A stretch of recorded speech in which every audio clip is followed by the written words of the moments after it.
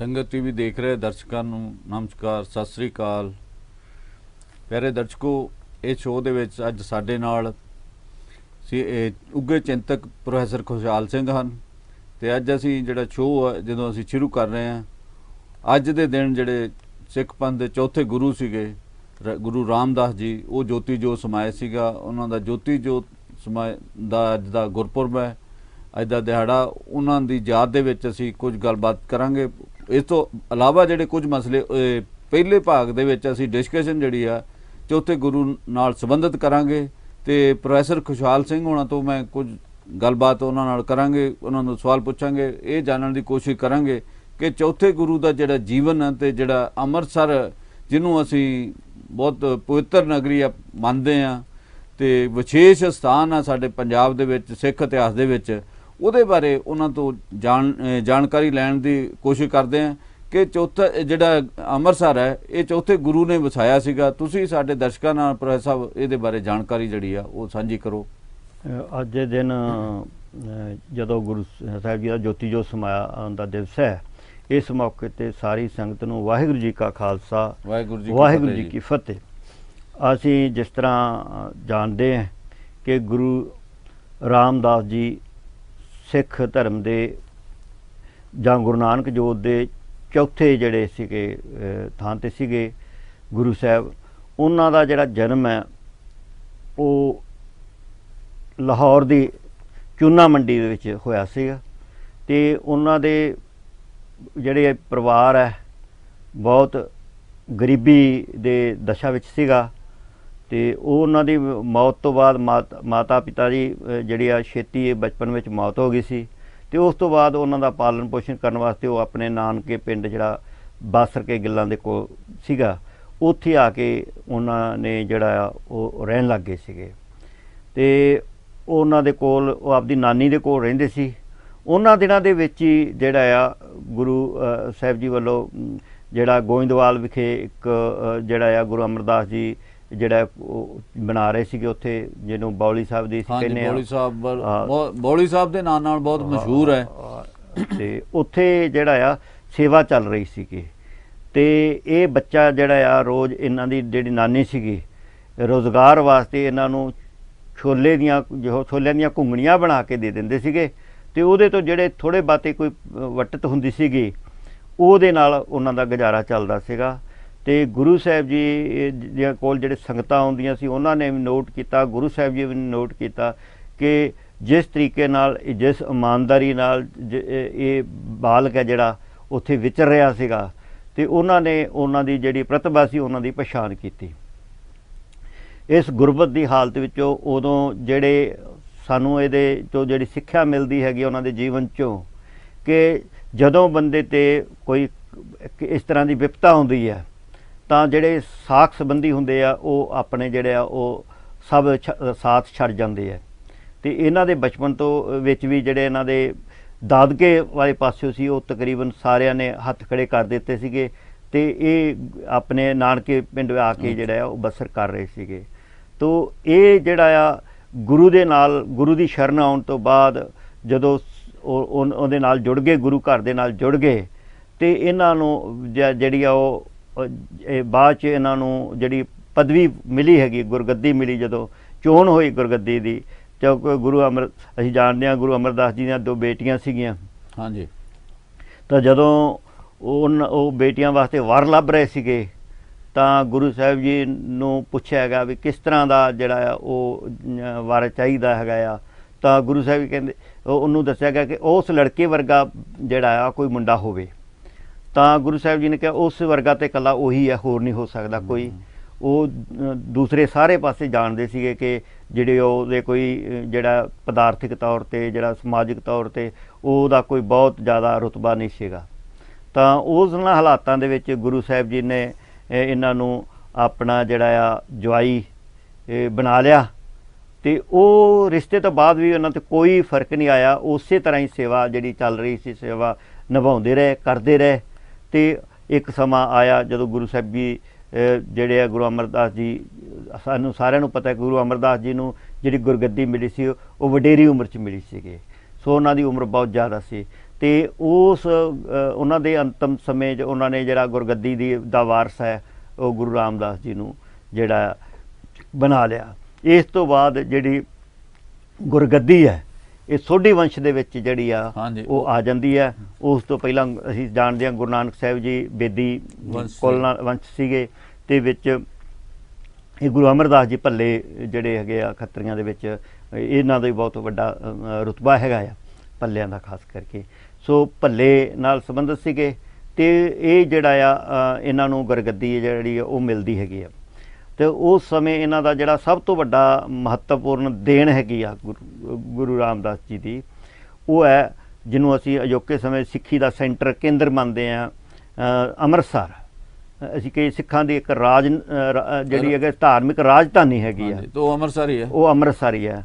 ਤਾਂ ਅੰਮ੍ਰਿਤਸਰ ਵਸਾਇਆ ਗਿਆ। ਅੰਮ੍ਰਿਤਸਰ ਜਿਹੜਾ ਆ ਉਹ ਵਸਾਉਣ ਦੀ ਵੀ ਇੱਕ ਲੰਮੀ ਗਾਥਾ ਆ, ਉਹਨਾਂ ਨਾਲ ਬਹੁਤ ਸਾਰਾ ਇਤਿਹਾਸ ਵੀ ਜੁੜਿਆ ਹੋਇਆ ਆ। ਅਸੀਂ ਦੇਖਦੇ ਹਾਂ ਕਿ ਉੱਥੇ ਜਿਹੜੇ ਆ ਬੀਬੀ ਰਜਨੀ ਦੀ ਕਹਾਣੀ ਵੀ ਆਉਂਦੀ ਹੈ, ਉਹਦੇ ਨਾਲ ਜਿਹੜੇ ਆ ਕਾਵਾਂ ਦਾ ਜਿਹੜੇ ਉਹ ਇਹਦੇ ਜੰਮੂ ਸਾਹਿਬ ਜੀ ਇਤਿਹਾਸ ਕੁਛ ਵੀ ਹੋਵੇ, ਸਾਖੀਆਂ ਕੁਛ ਵੀ ਹੋਣ, ਪਰ ਜਿੱਧਰ ਇਹ ਸਿੰਬੋਲਿਕ ਹੁੰਦਾ ਹੈ ਨਾ, ਇਹਨਾਂ ਦੇ ਅਰਥ ਬਹੁਤ ਵੱਡੇ ਹੁੰਦੇ ਆ। ਇਹ ਇਹਨਾਂ ਦੇ ਵਿੱਚ ਜਿਹੜੇ ਭੇਦ ਛੁਪੇ ਹੁੰਦੇ ਆ, ਉਹਨਾਂ ਦੇ ਵਿੱਚ ਇੱਕ ਆਪਣਾ ਸੱਚ ਹੁੰਦਾ ਹੈਗਾ। ਤੋ ਉਸ ਤੀਰਥ ਸਥਾਨ ਜਿੱਥੇ ਗੁਰੂ ਸਾਹਿਬ ਜੀ ਨੇ ਇਹਨੂੰ ਆਬਾਦ ਕੀਤਾ ਹੈਗਾ ਆ, ਉੱਥੇ ਜਿਹੜੇ ਕਾਂ ਆ ਕੇ ਟੁੱਬੀਆਂ ਲਾ ਕੇ ਜਿਹੜੇ ਆ ਉਹ ਚਿੱਟੇ ਪਵਿੱਤਰ ਬਣ ਕੇ ਨਿਕਲ ਜਾਂਦੇ ਆ, ਉਹ ਪ੍ਰਤੀਕ ਹੈਗੇ ਆ ਕਿ ਜਿਹੜੇ ਮਨੁੱਖਤਾ ਦੇ ਵਿੱਚ ਜਿਹੜੇ ਫਨੋਮਨਾ ਹੈਗਾ, ਕਾਂ ਦਾ ਫਨੋਮਨਾ ਹੈਗਾ ਆ। ਕਾਂ ਇੱਕ ਤਾਂ ਗੰਧ 'ਚ ਚੁੰਝ ਮਾਰਨ ਦਾ ਪ੍ਰਤੀਕ ਹੈ, ਦੂਜਾ ਕਾਲੇ ਰੰਗ ਦਾ ਪ੍ਰਤੀਕ ਹੈ। ਉਹਦੇ ਪਿੱਛੇ ਵੀ ਕਈ ਸਿੰਬਲ ਅਰਥ ਨੇ, ਤੇ ਉਹਦਾ ਪਵਿੱਤਰ ਹੋ ਜਾਣਾ ਭਾਵ ਕਿ ਉਹਦੇ ਵਿੱਚ ਬੰਦੇ ਦੇ ਅੰਦਰਲੇ ਵਿੱਚ ਕੋਈ ਤਬਦੀਲੀ ਆ ਜਾਣੀ ਹੈਗੀ ਆ। ਉਹ ਹੈ ਸਰੋਵਰ ਦਾ ਵੀ ਇੱਕ ਵੱਖਰਾ, ਹਾਲਾਂਕਿ ਜਿਹੜਾ ਇਹ ਸ਼ਬਦ ਪੜ੍ਹਦੇ ਆ ਨਾ ਜੀ ਅਸੀਂ, ਬਹੁਤ ਫੇਮਸ ਸ਼ਬਦ ਹੈਗਾ ਆ, ਰਾਮਦਾਸ ਸਰੋਵਰ ਨਹਾਤੇ ਤੇ ਸਭ ਉਤਰੇ ਪਾਪ ਮਾਤੇ। ਉਹ ਰਾਮਦਾਸ ਜੀ ਦੀ ਬਾਣੀ ਨਹੀਂ, ਬਾਣੀ ਗੁਰੂ ਅਰਜਨ ਦੇਵ ਜੀ, ਗੁਰੂ ਅਮਰਦਾਸ ਜੀ ਦੀ ਹੈ। ਉਹ ਉਹਨਾਂ ਤੋਂ ਪਹਿਲਾਂ, ਉਹ ਸਰੋਵਰ ਬਣ ਤੋਂ ਪਹਿਲਾਂ ਦੀ ਹੈਗੀ ਆ ਬਾਣੀ ਉਹ। ਤੇ ਉਹਦੇ ਵੀ ਜਿਹੜਾ ਉੱਥੇ ਇਸ਼ਨਾਨ ਹੈ ਜਾਂ ਸਰੋਵਰ ਹੈ, ਉਹਦੇ ਵੀ ਅਰਥ ਹੋਰ ਨੇ। ਬੰਦੇ ਨੇ ਆਪਣੀ ਇੱਕ ਤਾਂ ਸਰੀਰਕ ਇਸ਼ਨਾਨ ਹੁੰਦਾ ਆ, ਇੱਕ ਆਤਮਿਕ ਇਸ਼ਨਾਨ ਹੁੰਦਾ ਹੈ। ਜਦੋਂ ਤੁਸੀਂ ਆਪਣੀ ਸੋਚ ਨੂੰ ਜਿਹੜੇ ਤਬਦੀਲੀ ਲੈ ਕੇ ਆਉਂਦੇ ਹੋ, ਜਿਹੜੇ ਤੁਹਾਡੀ ਬਲੀਡ ਸੋਚ ਹੁੰਦੀ ਹੈ, ਵਿਚਾਰ ਹੁੰਦੇ, ਉਹਨਾਂ ਨੂੰ ਤਿਆਗ ਕੇ ਇੱਕ ਫਰੈਸ਼ ਜਿਹੜਾ ਆ ਮਾਹੌਲ ਦੇ ਵਿੱਚ ਵਿਚਰਦੇ ਹੋ। ਸੋ ਗੁਰੂ ਸਾਹਿਬ ਜੀ ਨੇ ਉਹ ਤੀਰਥ ਸਥਾਨ ਦਿੱਤਾ ਜਿੱਥੇ ਕਾਵਾਂ ਵਰਗੀ ਬਿਰਤੀ ਦੇ ਜਿਹੜੇ ਮਨੁੱਖ ਸੀਗੇ, ਉਹ ਇੱਕ ਤਬਦੀਲੀ ਤੋਂ ਬਾਅਦ, ਇੱਕ ਬਦਲਾਅ ਤੋਂ ਬਾਅਦ ਹੰਸਾਂ ਵਰਗਾ ਪਵਿੱਤਰ ਜਿਹੜਾ ਪ੍ਰਤੀਕ ਹੈਗਾ ਆ, ਉਹ ਸੋਚ ਦੇ ਜਿਹੜੇ ਆ ਉਹ ਜਿਹੜੇ ਆ ਮਾਲਕ ਬਣ ਜਾਂਦੇ ਆ।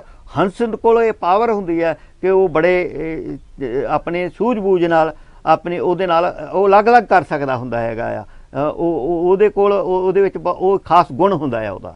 ਸੋ ਗੁਰੂ ਸਾਹਿਬ ਜੀ ਨੇ ਉਹ ਸਿੱਖਾਂ ਨੂੰ ਇਹ ਜਿਹੜਾ ਸੰਸਾਰ ਨੂੰ ਇਹ ਗੱਲ ਦੱਸੀ ਹੈਗੀ ਆ ਕਿ ਸੰਸਾਰ ਦੇ ਵਿੱਚ ਜਿਹੜਾ ਜਗਤ ਦੇ ਵਿੱਚ ਬਹੁਤ ਕੁਛ ਹੈਗਾ ਆ, ਤੇ ਉਹਦੇ ਵਿੱਚੋਂ ਤੁਸੀਂ ਕੀ ਚੁਣਨਾ ਆ, ਉਹ ਸਾਡੇ ਸਾਹਮਣੇ ਆ। ਪ੍ਰੋਫੈਸਰ ਸਾਹਿਬ, ਇਹ ਮੈਂ ਜਾਣਨਾ ਚਾਹੂੰਗਾ, ਸਾਡੇ ਦਰਸ਼ਕ ਵੀ ਜਾਣਨਾ ਚਾਹੁੰਦੇ ਹੋਣਗੇ, ਚੌਥੇ ਗੁਰੂ ਦੀ ਜਿਹੜੀ ਉਹ ਕਿੰਨੀ ਕੁ ਬਾਣੀ ਸ੍ਰੀ ਗੁਰੂ ਗ੍ਰੰਥ ਸਾਹਿਬ ਦੇ ਵਿੱਚ ਦਰਜ ਹੈ, ਕਿੰਨਾ ਕੁ ਉਹਨਾਂ ਨੇ ਬਾਣੀ ਦੀ ਰਚਨਾ ਕੀਤੀ, ਇਹਦੇ ਬਾਰੇ ਕੋਈ ਖਾਸ? ਵੇਖੋ ਜੀ, ਬਾਣੀ ਤਾਂ ਉਹਨਾਂ ਦੀ ਬਹੁਤ ਹੈਗੀ ਆ, ਲਗਭਗ ਜਿਹੜੇ ਆ ਉਹ 15-16 ਰਾਗਾਂ ਦੇ ਵਿੱਚ ਉਹਨਾਂ ਦੀ ਬਾਣੀ ਪ੍ਰਮੁੱਖ ਕਰਕੇ ਦਰਜ ਹੈਗੀ ਆ।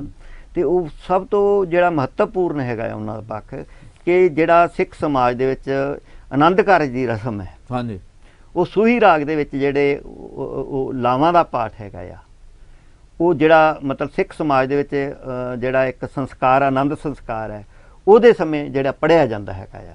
ਤਾਂ ਉਹ ਬਾਣੀ ਹੈ ਜਿਹੜੀ ਉਹਨਾਂ ਦੀ, ਵੈਸੇ ਤਾਂ ਉਹ ਸਾਰੀ ਬਾਣੀ ਹੈ ਜਿਹੜੇ ਉਹਨਾਂ ਦੇ ਵਿੱਚ ਉਹਨਾਂ ਨੇ ਜਿਹੜੀ ਇੱਥੋਂ ਦੀ ਲੋਕ ਧਾਰਾ ਆ, ਖਾਸ ਕਰਕੇ ਜਿਹੜਾ ਮਾਝੇ ਦਾ ਰਾਗ, ਜਿਹੜਾ ਮਾਝ ਰਾਗ ਆ, ਉਹਨੂੰ ਮਾਝੇ ਦਾ ਰਾਗ ਮੰਨਿਆ ਜਾਂਦਾ ਆ। ਉਹਦੇ ਵਿੱਚ ਉਹਨਾਂ ਦੇ ਜਿਹੜੀਆਂ ਰਚਨਾਵਾਂ ਨੇ, ਉਹਨਾਂ ਨੇ ਜਿਹੜੇ ਉਹਨਾਂ ਦੇ ਉੱਤਰਾਧਿਕਾਰੀ ਗੁਰੂ, ਪਹਿਲੇ ਗੁਰੂ ਸੀਗੇ ਉਹਨਾਂ ਤੋਂ ਪਹਿਲਾਂ, ਉਹਨਾਂ ਦੇ ਜਿਹੜੇ ਚੱਲ ਰਹੇ ਸੀਗੇ, ਉਹਨੂੰ ਵੀ ਕੰਟੀਨਿਊ ਕੀਤਾ ਹੈਗਾ ਆ। ਸੋ ਉਹਨਾਂ ਦੀ ਬਾਣੀ ਦੇ ਜਿਹੜਾ ਪੱਖ ਹੈਗਾ ਆ, ਉਹ ਦਾਰਸ਼ਨਿਕ ਪੱਖ ਬਹੁਤ ਵੱਡਾ ਹੈਗਾ ਆ। ਉਹਦੇ ਵਿੱਚ ਸ਼ਬਦ ਗੁਰੂ ਦੀ ਮਹਿਮਾ ਤੇ ਅਕਾਲ ਪੁਰਖ ਦੇ ਜਿਹੜਾ ਜਗਿਆਸਾ ਹੈਗੀ ਆ, ਇੱਕ ਜਿਹੜਾ ਉਹਨਾਂ ਦੇ ਆਪਣੇ ਜੀਵਨ ਦੇ ਵਿੱਚ ਸੀਗਾ ਕਿ ਉਹ ਇੱਕ ਜਿਹੜਾ ਨਤਾਣਾ ਨਿਮਾਣਾ ਉਹ ਸਾਰਾ ਪੱਖ ਹੁੰਦਾ ਹੈਗਾ ਮਨੁੱਖ ਦਾ। ਜੇ ਆਸਰਾ ਜਿਹਦਾ ਆਸਰਾ ਅਕਾਲ ਪੁਰਖ 'ਤੇ ਹੋਵੇ, ਦੁਨਿਆਵੀ ਆਸਰੇ ਨਾ ਹੋਣ, ਉਸ ਕਿਸਮ ਦਾ ਸਾਰਾ ਕੁਝ ਉਹਨਾਂ ਨੇ ਈਡੀਐਮ ਆਪਣੀ ਬਾਣੀ ਦੇ ਵਿੱਚ ਵਰਤਿਆ ਹੈਗਾ ਆ। ਸੋ ਉਹ ਜਿਹੜਾ ਸਾਰਾ ਇੱਕ ਬੰਦੇ ਨੂੰ ਇੱਕ ਨਿਰਮਲ ਅਤੇ ਜਿਹੜੇ ਉਹਨਾਂ ਦੇ ਵਿੱਚ ਇੱਕ ਹਲੀਮੀ ਦਾ ਜਿਹੜਾ ਪੱਖ ਹੈ ਉਹ ਸਾਹਮਣੇ ਹੈਗਾ ਆ, ਪ੍ਰਮੁੱਖ ਰੂਪ ਦੇ ਵਿੱਚ ਆਉਂਦਾ ਹੈਗਾ। ਦੂਜਾ ਅਸੀਂ ਜੇ ਦੇਖ ਹੀ ਰਹੇ ਹਾਂ ਕਿ ਉਹ ਜਿਹੜੀ ਇੱਕ ਅਕਾਲ ਪੁਰਖ ਦੇ ਨਾਲ ਮਿਲਾਪ, ਹਾਲਾਂਕਿ ਜਿਹੜੀਆਂ ਲਾਵਾਂ ਨੇ ਨਾ ਉਹ ਮਨੁੱਖਤਾ ਦੇ ਵਾਸਤੇ ਪ੍ਰਤੀਕ ਤੌਰ 'ਤੇ ਨੇ, ਉਹ ਅਕਾਲ ਪੁਰਖ ਦੇ ਨਾਲ ਜਿਹੜਾ ਮਨੁੱਖ ਦਾ ਮਿਲਾਪ ਹੋਣਾ ਆ। ਕਿ ਗੁਰਬਾਣੀ ਮੰਨਦੀ ਹੈ ਕਿ ਜਿਹੜਾ ਅਕਾਲ ਪੁਰਖ ਹੈ ਉਹ ਜਿਹੜਾ ਆ ਪੁਰਖ ਹੈ, ਅਤੇ ਬਾਕੀ ਜਿਹੜੇ ਸੰਸਾਰ 'ਤੇ ਜਿੰਨੇ ਵੀ ਅਸੀਂ ਜੀਵ ਆ, ਅਸੀਂ ਇਸਤਰੀ ਰੂਪ ਦੇ ਵਿੱਚ ਹੀ ਅਕਾਲ ਪੁਰਖ ਦੇ ਨਾਲ ਮਿਲਾਪ ਕਰਨਾ ਹੈਗਾ ਆ। ਉਹ ਇੱਕ ਪੁਰਖ ਹੈਗਾ ਆ। ਸੋ ਉਸ ਦੇ ਮਿਲਾਪ ਨੂੰ ਉਹਨਾਂ ਆਪਣੇ ਸੂਹੀ ਰਾਗ ਦੇ ਵਿੱਚ ਜਿਹੜਾ ਆ ਪ੍ਰਮੁੱਖ ਤੌਰ 'ਤੇ ਵਿਸ਼ੇ ਵਸਤੂ ਦੇ ਰੂਪ 'ਚ ਲਿਆਇਆ। ਅਤੇ ਉਹ ਜਿਹੜਾ ਆ ਸਿੱਖ ਸਮਾਜ ਦੇ ਵਿੱਚ ਖਾਸ ਕਰਕੇ ਸਿੰਘ ਸਭਾ ਮੂਵਮੈਂਟ ਤੋਂ ਬਾਅਦ ਜਦੋਂ ਆਨੰਦ ਕਾਰਜ ਦਾ ਸੰਸਕਾਰ ਦਾ ਇੰਨਾ ਜ਼ਿਆਦਾ ਪ੍ਰਚਾਰ ਅਤੇ ਪ੍ਰਸਾਰ ਹੋਇਆ ਆ, ਅਤੇ ਹੁਣ ਤਾਂ ਅੱਜ ਕੱਲ੍ਹ ਤਾਂ ਦੇਖੋ ਕੋਈ ਸਿੱਖ ਇਸ ਤਰ੍ਹਾਂ ਦੀ ਸੁਸਾਇਟੀ ਜੋ ਵਰਗ ਹੋਊਗਾ ਜਿਹੜਾ ਆਨੰਦ ਸੰਸਕਾਰ ਨੂੰ ਨਾ ਮੰਨਦਾ ਹੋਵੇ, ਨਹੀਂ ਤਾਂ ਸਾਰੇ ਜਿਹੜਾ ਆਨੰਦ ਸੰਸਕਾਰ ਹੈ ਉਹ ਉਹਨਾਂ ਦੇ ਦੇਣ ਹੈਗੀ ਆ। ਦੂਜਾ ਉਹਨਾਂ ਦਾ ਜਿਹੜਾ ਵੱਡਾ ਪੱਖ ਹੈ ਕਿ ਉਹ ਅੰਮ੍ਰਿਤਸਰ ਦਾ ਜਿਹੜਾ ਸ਼ਹਿਰ ਹੈ, ਹਾਂਜੀ, ਉਹਦੀ ਸਥਾਪਨਾ ਹੈ ਜਿਹੜੀ ਉਹਨੂੰ ਵਸਾਉਣ ਦਾ ਜਿਹੜਾ ਵੱਡਾ ਪ੍ਰੋਜੈਕਟ ਸੀਗਾ। ਕੋਈ ਸ਼ਹਿਰ ਵਸਾਉਣਾ ਜਿਹੜਾ ਨਾ ਜੀ, ਉਹ ਛੋਟਾ ਕੰਮ ਨਹੀਂ ਹੁੰਦਾ, ਬਹੁਤ ਵੱਡਾ ਕੰਮ ਹੁੰਦਾ। ਤੁਸੀਂ ਦੇਖਿਆ ਹੋਣਾ ਕਿ ਪੰਜਾਬ ਸਰਕਾਰ ਨੇ, ਪੰਜਾਬ ਵੀ ਬਹੁਤ ਵੱਡਾ ਸੀਗਾ, ਅਤੇ ਚੰਡੀਗੜ੍ਹ ਵਸਾਇਆ। ਚੰਡੀਗੜ੍ਹ ਵਸਾਉਣ ਵਾਸਤੇ ਕਿੰਨਾ ਟਾਈਮ ਜਿਹੜਾ ਉਹ ਇੰਨੇ ਸਾਧਨਾਂ ਦੇ ਹੋਣ ਦੇ ਬਾਵਜੂਦ ਵੀ ਚੰਡੀਗੜ੍ਹ ਨੂੰ ਵਸਾਉਣ 'ਤੇ ਇੰਨਾ ਦਹਾਕੇ ਲੱਗ ਗਏ। ਹਾਲੇ ਤੱਕ ਵੀ ਜਿਹੜਾ ਚੰਡੀਗੜ੍ਹ ਕਲਪਿਆ ਗਿਆ ਸੀ ਉਸ ਤਰ੍ਹਾਂ ਦਾ ਚੰਡੀਗੜ੍ਹ ਨਹੀਂ ਬਣ ਸਕਿਆ। ਪਰੰਤੂ ਅੰਮ੍ਰਿਤਸਰ ਜਿਹੜਾ ਵਸਾਉਣਾ, ਗੁਰੂ ਸਾਹਿਬ ਜੀ ਉਦੋਂ ਬੜੇ ਸਰੋਤਾਂ ਦੀ ਬਹੁਤ ਘਾਟ ਹੁੰਦੀ ਸੀਗੀ, ਕਾਲ ਪੈ ਜਾਂਦੇ ਸੀਗੇ, ਤਾਂ ਗੁਰੂ ਸਾਹਿਬ ਜੀ ਜਦੋਂ ਕੋਈ ਬਿਮਾਰੀਆਂ ਪੈ ਜਾਂਦੀਆਂ ਸੀ, ਕਾਲ ਪੈ ਜਾਂਦੇ ਸੀ, ਅਤੇ ਮਨੁੱਖਤਾ ਦੀ ਸੇਵਾ ਵਿੱਚ ਆਪਣੇ ਜਿਹੜੇ ਚੱਲ ਰਹੇ ਪ੍ਰੋਜੈਕਟ ਉਹਨਾਂ ਨੂੰ ਬੰਦ ਕਰ ਦਿੰਦੇ ਸੀਗੇ। ਅੱਛਾ, ਜਦੋਂ ਕਿਸਾਨਾਂ ਦੇ ਕਾਲ ਪੈ ਗਏ ਜਾਂ ਇਸ ਤਰ੍ਹਾਂ ਦੇ, ਤੇ ਆਪ ਸਾਰਾ ਜਿਹੜਾ ਉਹਨਾਂ ਦੇ ਕੋਲ ਪੈਸੇ ਜਿਹੜੇ ਉਹਨਾਂ ਨੇ ਸ਼ਹਿਰ ਵਸਾਉਣ ਵਾਸਤੇ ਜਾਂ ਕੇਂਦਰ ਬਣਾਉਣ ਵਾਸਤੇ ਜਿਹੜੇ ਇਕੱਠੇ ਕੀਤੇ ਸੀ, ਦਸਵੰਧ ਇਕੱਠਾ ਕੀਤਾ ਸੀ, ਉਹ ਲੋਕ ਹਿੱਤ ਵਿੱਚ ਲਾ ਦਿੰਦੇ ਸੀਗੇ। ਲੋਕਾਂ ਦੇ ਬਿਮਾਰੀਆਂ ਹੁੰਦੀਆਂ ਤਾਂ ਕਾਲ ਪੈਂਦੇ ਸੀ ਰਾਸ਼ਨ ਵੰਡਣ ਦੇ ਵਿੱਚ ਉਹ ਪ੍ਰਮੁੱਖ, ਅਤੇ ਉਹ ਗੁਰੂ ਸਾਹਿਬ ਜੀ ਉਹਨਾਂ ਨਾਲ ਸੰਪਰਕ ਕਰਕੇ ਸਮੇਂ ਦੀ ਸਰਕਾਰ ਨਾਲ ਲੋਕਾਂ ਦੇ ਜਿਹੜੇ ਆ ਮਾਮਲੇ ਜ਼ਮੀਨਾਂ ਦੇ ਜਿਹੜੇ ਹੁੰਦੇ ਸੀ ਉਹ ਵੀ ਮਾਫ ਕਰਾਏ ਗੁਰੂ ਸਾਹਿਬ ਜੀ ਨੇ। ਗੁਰੂ ਸਾਹਿਬ ਜੀ ਲੋਕ ਹਿੱਤ ਨੂੰ ਜਿਹੜਾ ਆ, ਲੋਕ ਕਲਿਆਣ ਨੂੰ ਜਿਹੜੀ ਆ ਸਭ ਤੋਂ ਵੱਡੀ ਪਹਿਲ ਦਿੰਦੇ ਸੀਗੇ। ਅਤੇ ਉਹਨਾਂ ਦੇ ਸ਼ਹਿਰ ਦੀ ਵਿਉਂਤ ਦੀ ਤੁਸੀਂ ਦੇਖੋ ਕਿ ਉੱਥੇ ਸਭ ਤੋਂ ਨੇੜੇ ਮੋਚੀਆਂ ਦਾ ਬਾਜ਼ਾਰ ਹੈਗਾ ਆ। ਗੁਰੂ ਸਾਹਿਬ ਜੀ ਮੋਚੀਆਂ ਨੂੰ ਵੈਸੇ ਜਿਹੜਾ ਆ ਚਮੜਾ ਦੇ ਕੰਮ ਕਰਨ ਵਾਲਿਆਂ ਨੂੰ ਸਮਾਜ ਦੇ ਵਿੱਚ ਕੋਈ ਬਹੁਤਾ ਸਤਿਕਾਰ ਨਹੀਂ ਦਿੱਤਾ ਜਾਂਦਾ। ਪਿੰਡਾਂ ਦੇ ਵਿੱਚ ਵੀ ਉਹਨਾਂ ਦੇ ਮਹੱਲੇ ਆ ਜਿਹੜੇ ਉਹ ਖਾਸ ਉਹਨਾਂ ਥਾਵਾਂ 'ਤੇ ਹੁੰਦੇ ਜਿੱਥੇ ਚੰਗੇ ਲੋਕਾਂ ਦੇ ਘਰ ਨਹੀਂ ਹੁੰਦੇ ਹੈਗੇ। ਪਰੰਤੂ ਗੁਰੂ ਸਾਹਿਬ ਜੀ ਉਹਨਾਂ ਪ੍ਰਤੀ ਜਿਹੜਾ ਸਤਿਕਾਰ ਸੀਗਾ, ਤੁਸੀਂ ਦੇਖੋ ਉੱਥੇ ਖਾਸ ਕਿੱਤਿਆਂ ਨੂੰ ਉੱਥੇ ਕਿਹਾ ਜਾਂਦਾ ਕਿ 32 ਦੇ, ਕੋਈ 34 ਦੇ, ਕੋਈ 32 ਕਿੱਤਿਆਂ ਦੇ ਲੋਕ, ਵੱਖ-ਵੱਖ ਲੋਕ ਗੁਰੂ ਸਾਹਿਬ ਨੇ ਆ ਕੇ ਜਿਹੜੇ ਅੰਮ੍ਰਿਤਸਰ ਜਦੋਂ ਵਸਾਇਆ ਹੈਗਾ ਉੱਥੇ ਉਹਨਾਂ ਨੂੰ ਆਬਾਦ ਕੀਤਾ। ਬੜੀ ਵਿਉਂਤਬੰਦੀ ਸੀ ਸ਼ਹਿਰ ਦੀ, ਸਾਰੇ ਸ਼ਹਿਰ ਦੇ ਵਿੱਚ ਪਾਣੀ ਪਹੁੰਚਦਾ ਸੀ, ਸਾਰਾ ਸ਼ਹਿਰ ਹੈ ਜਿਹੜਾ ਉਹ ਵਿਉਂਤਬੰਦੀ ਪੱਖੋਂ ਵੀ ਗੁਰੂ ਸਾਹਿਬ ਜੀ ਨੇ ਕਮਾਲ ਦਾ ਜਿਹੜਾ ਉਹ ਕਾਰਜ ਕੀਤਾ ਹੈਗਾ ਸਾਰਾ। ਸੋ ਇਹ ਅਸੀਂ ਕਹਿ ਸਕਦੇ ਹਾਂ ਕਿ ਉਹਨਾਂ ਦੇ ਜਿਹੜੇ ਕੀਤੇ ਹੋਏ ਕੰਮ ਨੇ ਗੁਰੂ ਸਾਹਿਬ ਜੀ ਦੇ, ਗੁਰੂ ਰਾਮਦਾਸ ਜੀ ਦੇ, ਅਤੇ ਉਹ ਬਹੁਤ ਮਹੱਤਵਪੂਰਨ ਨੇ। ਅਤੇ ਸਿੱਖਾਂ ਦੀ ਟ੍ਰੈਡੀਸ਼ਨ ਵਿੱਚ ਤਾਂ ਉਹਨਾਂ ਨੂੰ ਸ਼ਹਿਨਸ਼ਾਹ, ਬਾਦਸ਼ਾਹ, ਚੌਥੇ ਪਾਤਸ਼ਾਹ ਦੇ ਨਾਂ ਨਾਲ ਜ਼ਿਆਦਾ ਮੰਨਿਆ ਜਾਂਦਾ ਆ। ਹੈਲੋ ਹੈਲੋ ਹੈਲੋ ਹੈਲੋ ਹਾਂਜੀ, ਸਵਾਗਤ ਹੈ ਜੀ ਤੁਹਾਡਾ। ਹੈਲੋ, ਹਾਂਜੀ, ਜੰਮੂ ਸਾਹਿਬ ਤੁਹਾਨੂੰ ਤੇ ਪ੍ਰੋਫੈਸਰ ਸਾਹਿਬ ਨੂੰ, ਤੁਹਾਡੇ ਸਟਾਫ ਨੂੰ, ਤੁਹਾਡੇ ਦਰਸ਼ਕਾਂ ਨੂੰ ਗੁਰਦੇਵ ਸਿੰਘ ਭੁੱਗਲ ਵੱਲੋਂ ਆਦਾਬ, ਨਮਸਕਾਰ, ਸਤਿ ਸ੍ਰੀ ਅਕਾਲ ਤੇ ਵਾਹਿਗੁਰੂ ਜੀ ਕਾ ਖਾਲਸਾ, ਵਾਹਿਗੁਰੂ ਜੀ ਕੀ ਫਤਿਹ ਜੀ।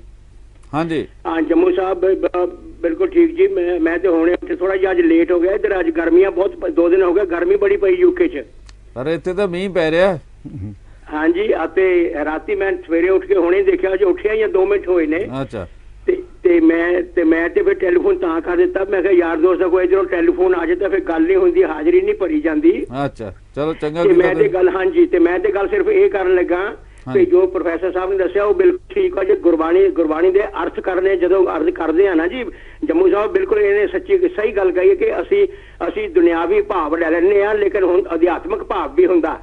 ਹਾਂਜੀ ਹਾਂਜੀ। ਪਰ ਅਸੀਂ ਇਦਾਂ ਹੀ ਲੈਨੇ ਜਿਵੇਂ ਆਪਾਂ ਕਹਿ ਦਿੰਦੇ ਆ ਸਟੇਜਾਂ ਤੇ ਖੜ ਕੇ ਕਹਿੰਦੇ ਹੀ ਆ ਜੀ। ਮੈਂ ਆਪ 20 ਸਾਲ ਸਟੇਜ ਸੈਕਟਰੀ ਰਿਹਾ ਗੁਰਦੁਆਰਾ ਪ੍ਰਬੰਧਕ ਕਮੇਟੀ ਵਿੱਚ, ਮੈਨੂੰ ਪਤਾ।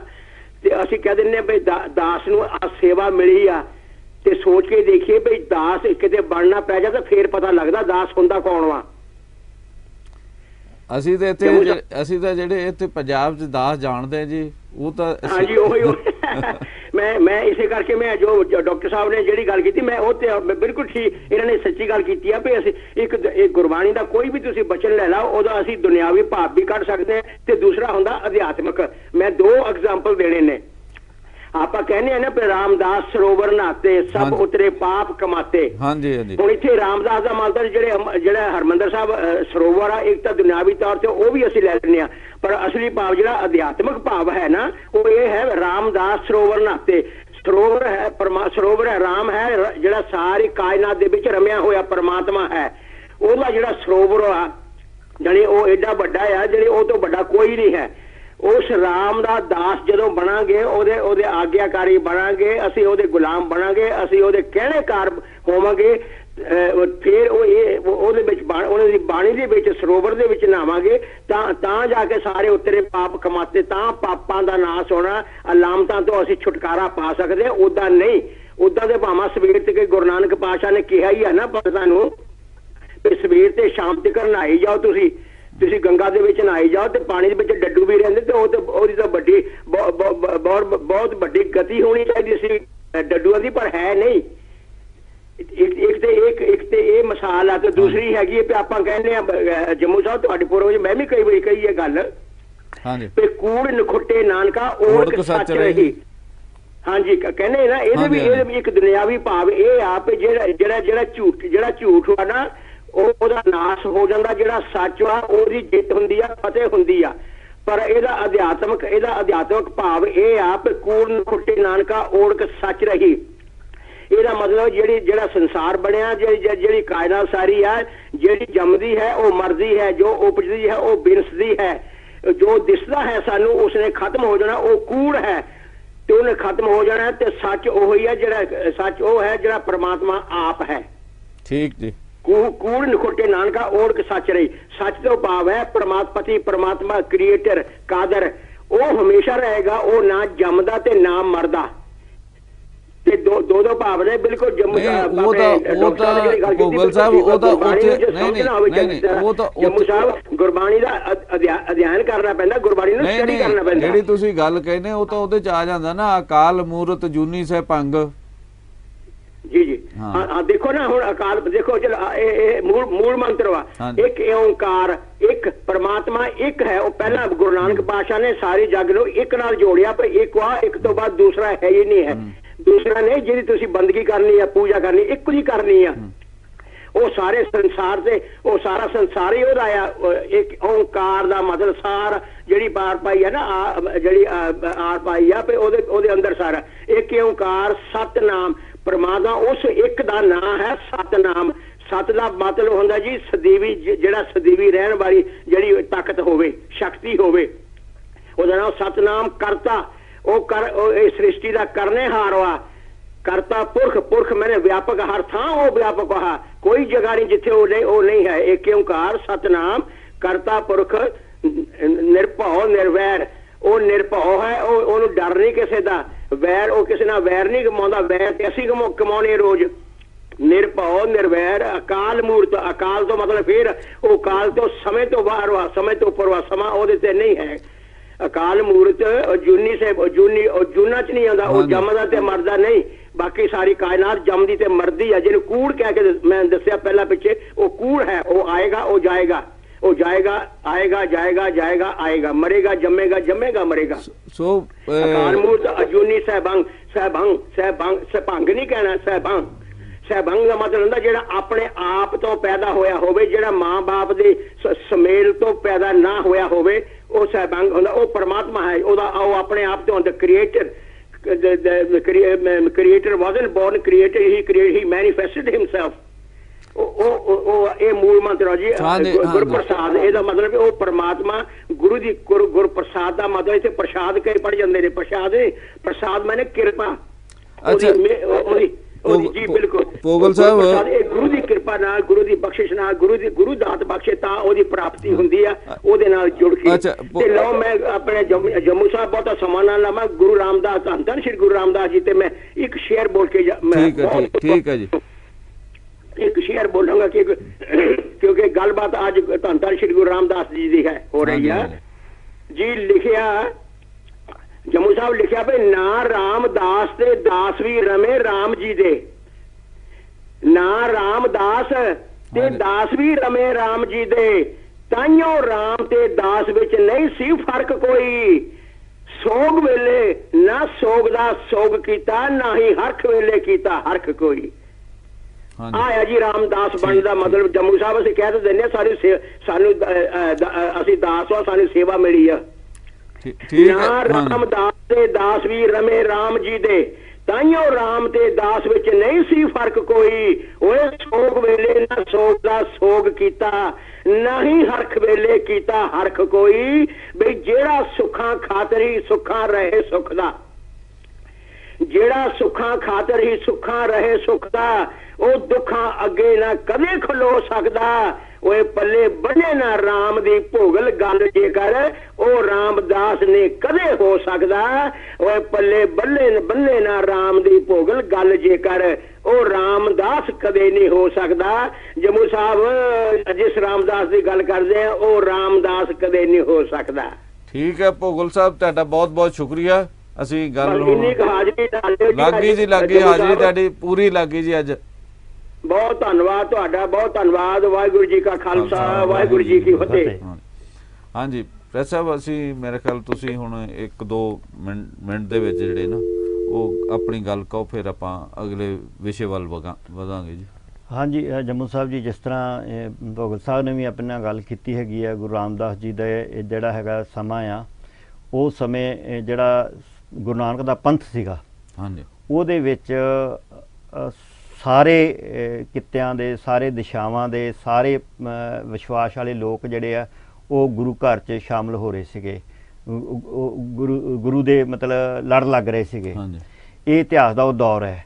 ਅਤੇ ਗੁਰੂ ਰਾਮਦਾਸ ਜੀ ਦਾ ਸਮਾਂ ਉਹ ਸੀਗਾ ਜਦੋਂ ਜਿਹੜਾ ਆ ਭਾਰਤ ਦੇ ਵਿੱਚ ਰਾਜ ਹੈ ਜਿਹੜਾ ਉਹ ਮੁਗਲ ਦਾ ਰਾਜ, ਖਾਸ ਕਰਕੇ ਜਿਹੜਾ ਅਕਬਰ ਬਾਦਸ਼ਾਹ ਆ, ਉਹਦਾ ਇੱਕ ਪਾਲਿਸੀ ਰਾਜਨੀਤਿਕ ਤੌਰ 'ਤੇ, ਧਾਰਮਿਕ ਤੌਰ 'ਤੇ ਇੱਕ ਵੱਖਰੀ ਸੀਗੀ। ਅਤੇ ਉਸ ਤੋਂ ਬਾਅਦ ਜਿਹੜਾ ਤਬਦੀਲੀ ਹੁੰਦੀ ਹੈ ਉੱਤੇ, ਉਵੇਂ ਹੀ ਫਿਰ ਜਿਹੜਾ ਆ ਉਹਦੇ ਤੋਂ ਬਾਅਦ ਗੁਰੂ ਸਾਹਿਬ ਦੀ ਸ਼ਹੀਦੀ ਹੁੰਦੀ ਹੈ।